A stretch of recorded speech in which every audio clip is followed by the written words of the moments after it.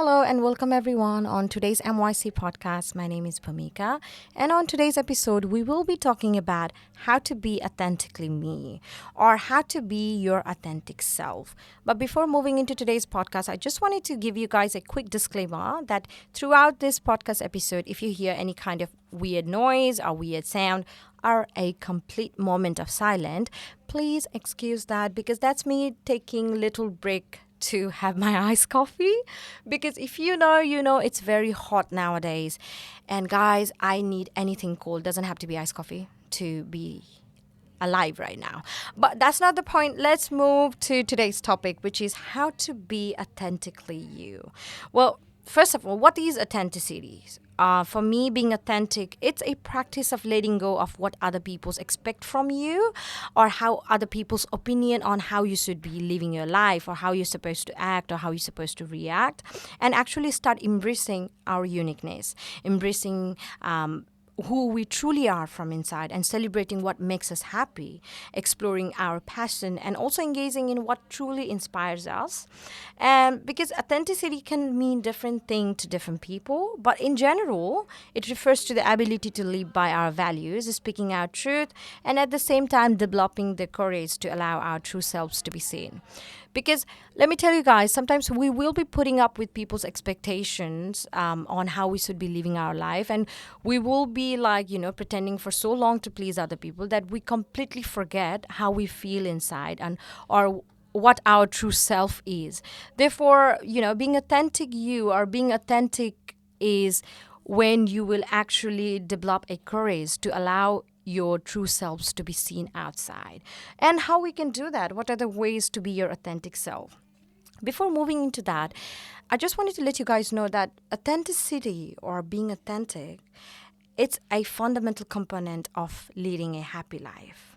And it's an integral part of, your pursuing your quality of life or pursuing your well-being, and it can improve your self-esteem as well as lower stress and anxiety. And guys, come on, we have enough stress in our life. So if you being you, if you connecting to your inner self and acting upon that will lower your stress and anxiety, then why not, right?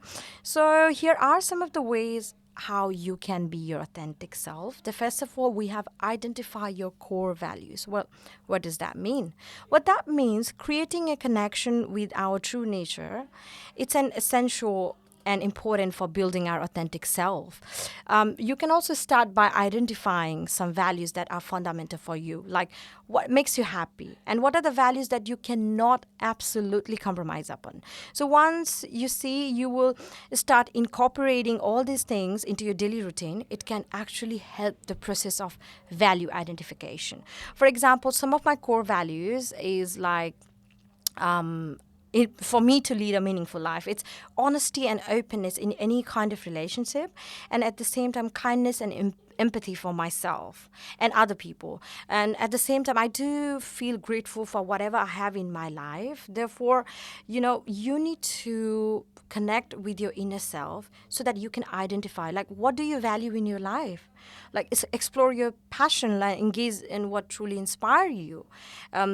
You can also be honest with yourself, like reflect on certain values and belief that you strongly stand by in your life. Because guys, once you list down your core values and break each down into like, okay, what are the actionable steps that will help you to live these values better, you will start seeing the change so that you can also start living in a closer alignment with your core values.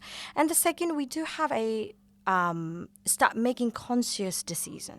What does that mean? Because you see, sometimes we just go through the day in that auto mode without even contemplating if our thoughts and action they resonate with our authentic self. So how you can do that is like, please try to observe yourself and learn about how you react to the challenges, what motivates you, and the nature that of your social interaction, of your social group, and start noting down and start noticing what kind of behavior and the settings that evoke responses from your adaptive self, and which of these responses feel authentic to you. So once you spotted that thing, you will start working on that And once you start working on that, you will start seeing that change.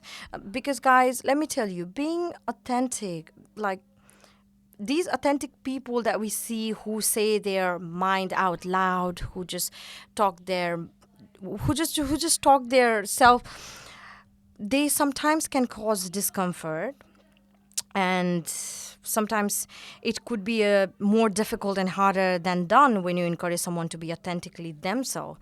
But once you do that, once you stand by your principle, you will see that power of self-respect. You will just free yourself from the expectation of other. You will also see that, like how powerful you are with yourself. Like, if being honest about your boundaries, if you are being open about your boundaries, then you are also indicating to your subconscious that it's okay to not be perfect all the time. At the same time, that is also called developing self-validation. And you can't be your authentic self if you do not validate your feeling. So, guys, these are the things you can be using. You can be trying to be authentically you. And it is more difficult and harder, like I said than done when you encourage someone to be authentically themselves. But one step at a time, you can also start being yourself. Being yourself is completely okay. And for some of us, it's a journey to take part on, because it comes with a lot of consequences. Sometimes saying our mind out, saying our thing in our head, out loud in people, it might gonna create that chaos, it might gonna create that tension between. But once you start doing that, once you start being honest with yourself, and once you start practice that self-acceptance, I'm telling you, the outcome that you will get it is much more than you think. It will lead you to the journey of self-love. It will lead you to the journey of having that high self-esteem and the power that you hold. Because if you are not being authentic of yourself, that means like you are giving a key of your authority, the key of your happiness in someone else's hand. But once you get that power, once you get that authority to lead your own life, you are unstoppable. And we keep on saying that, guys, like, please, change is compulsory, change is necessary if you want it to improve, or any aspects of life. If you want to improve any aspects of your life, there will come a change, and that change is necessary. That change is complicated, that change is hard, that change is like a struggle. But however, you need to have that mindset that you will overcome eventually, and you need to work on it and take one step at a time. Well, guys, with saying that, I think we are at the end of our episode today, and thank you for listening to my chit chat. And once again, if you guys have any questions or queries, please send us through, because you know that you will be anonymous. Till then, please take care of yourself, take care of your mind, take care of your soul, guys. And don't forget, if you feel like you have a bad bee energy inside you, show that and own it.